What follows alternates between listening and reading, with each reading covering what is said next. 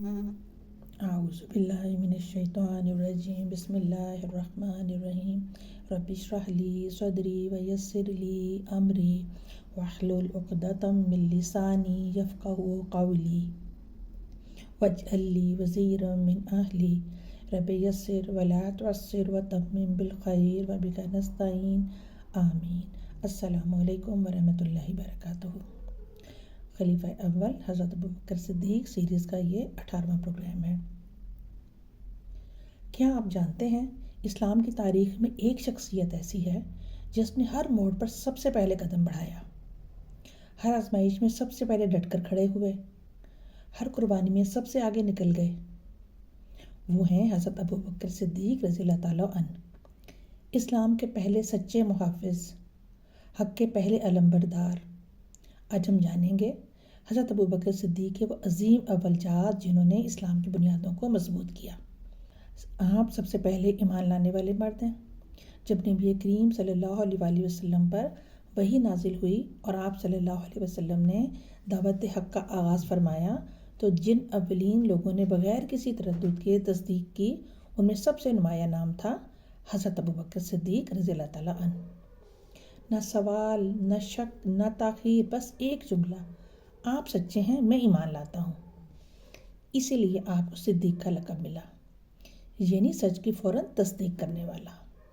یہ اولین ایمان اسلام کی تاریخ کا پہلا مضبوط ستون بنا۔ سب سے پہلے اعلانیہ دعوت دینے والے۔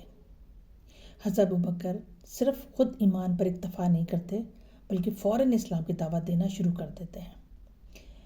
آپ اسلام کے اولین داعی ہیں جن کی زبان سے نکلنے والی دعوت نے بڑے بڑے سرداروں کے دل بدل دیے۔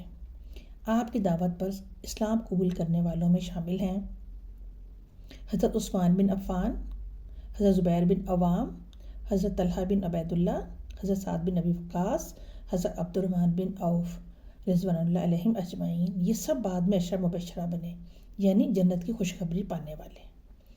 سوچئے ایک شخص کا اولین قدم کتنی عظیم شخصیات کا سبب بن گیا۔ پھر سب سے پہلے غلام آزاد کرنے والے۔ مکہ کی گلیوں میں جب کمزور مسلمانوں پر ظلم ہو رہا تھا، کوڑے برس رہے تھے، ریت پر گھسیٹا جا رہا تھا، تو ایک نرم دل انسان آگے بڑھا اور کہا، انہیں چھوڑ دو، میں قیمت دیتا ہوں۔ یہ تھے حضرت ابوبکر صدیق رضی اللہ تعالیٰ عنہ۔ آپ نے اپنے مال سے حضرت بلال، عامر بن فہیرہ اور کئی غلاموں کو خرید کر آزاد کیا۔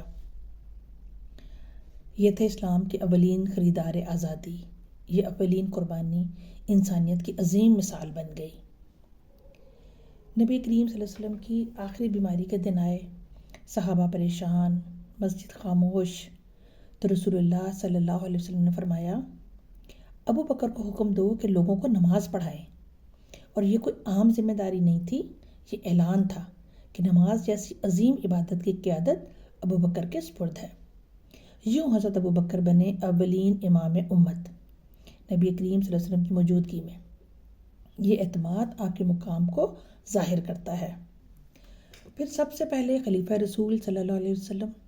نبی کریم صلی اللہ علیہ وسلم کی وفات کا سانحہ آیا، مدینہ لرز گیا، صحابہ سکتے میں۔ تو جس شخصیت نے امت کو سنبھالا، جس نے خطبہ دے کر فرمایا، جو محمد صلی اللہ علیہ وسلم کی عبادت کرتا تھا وہ جان لے محمد صلی اللہ علیہ وسلم وفات پا چکے ہیں، اور جو اللہ کی عبادت کرتا ہے وہ جان لے کہ اللہ زندہ ہے۔ یہ تھے حضرت ابوبکر صدیق رضی اللہ تعالیٰ عنہ۔ یوں آپ بنے اسلام کے اولین خلیفہ۔ یہ اولین خلافت امت کو بکھرنے سے بچا گئی۔ پھر سب سے پہلے مرتدین کے خلاف جہاد کرنے والے۔ نبی کریم صلی اللہ علیہ وسلم کے وصال کے بعد کئی قبائل نے زکوٰۃ سے انکار کیا، کئی نے جھوٹے نبی مان لیے، فتنہ پھیلنے لگا، بڑے بڑے لوگ کہنے لگے نرمی کرو، حالات نازک ہیں، مگر ابو بکر نے کہا، خدا کی قسم اگر وہ ایک رسی بھی روکیں گے جو رسول اللہ صلی اللہ علیہ وسلم کے زمانے میں دیتے تھے تو میں ان سے جہاد کروں گا۔ یہ فیصلہ تھا اسلام کو بچانے کا۔ آپ بنے اولین مجاہد خلیفہ۔ یہ اولین جرات دین کی حفاظت بن گئی۔ اس کے بعد سب سے پہلے قرآن کی تدوین کرنے والے۔ جنگ یمامہ میں جب بہت سے حفاظ قرآن شہید ہو گئے تو حضرت عمر نے خطرہ محسوس کیا تو آپ ابو بکر صدیق رضی اللہ عنہ کے پاس آئے اور عرض کیا کہ قرآن جمع کرایا جائے۔ ابتدا میں حضرت ابو بکر رکے رہے، پھر فرمایا یہ کام خیر کا ہے۔ یوں آپ کے حکم سے قرآن مجید کو ایک مصحف میں جمع کیا گیا۔ یہ تھا اسلام کا اولین سرکاری مجموعہ قرآن۔ یہ اولین قدم قیامت تک قرآن کی حفاظت بن گیا۔ سب سے پہلے امیر حج 9 ہجری میں نبی کریم صلی اللہ علیہ وسلم نے خود حج پر نہیں گئے بلکہ حضرت ابو بکر صدیق رضی اللہ عنہ کو مقرر فرمایا۔ یوں بنے آپ اسلام کے اولین امیر الحج۔ یہ منصب عظیم اعتماد کی نشانی تھا۔ حضرت ابو بکر صدیق رضی اللہ عنہ کی زندگی کو دیکھیے، ہر جگہ اول لکھا نظر آتا ہے، ہر جگہ اول۔ اول ایمان، اول دعوت، اول قربانی، اول قیادت، اول خلافت، اول جہاد، اول تدوین قرآن۔ یہ سب اتفاق نہیں، یہ اللہ کی طرف سے چناؤ تھا۔ اسی لیے تاریخ کہتی ہے ابو بکر جیسا کوئی نہیں، ابو بکر جیسا کوئی نہیں۔ حضرت ابو بکر صدیق رضی اللہ تعالیٰ عنہ وہ نام جس کے ساتھ اول جڑا ہوا ہے اور ہر اول کے ساتھ قربانی لکھی ہوئی ہے۔ آپ نے کبھی تخت نہیں مانگا مگر تخت آپ کے قدموں میں آیا۔ آپ نے کبھی شہرت نہیں چاہی مگر تاریخ نے آپ کو سر فہرست رکھا۔ آپ نے نبی صلی اللہ علیہ وسلم کے ساتھ غار میں بھی وفا نبھائی اور نبی صلی اللہ علیہ وسلم کے وصال کے بعد امت کے ساتھ بھی وفا نبھائی۔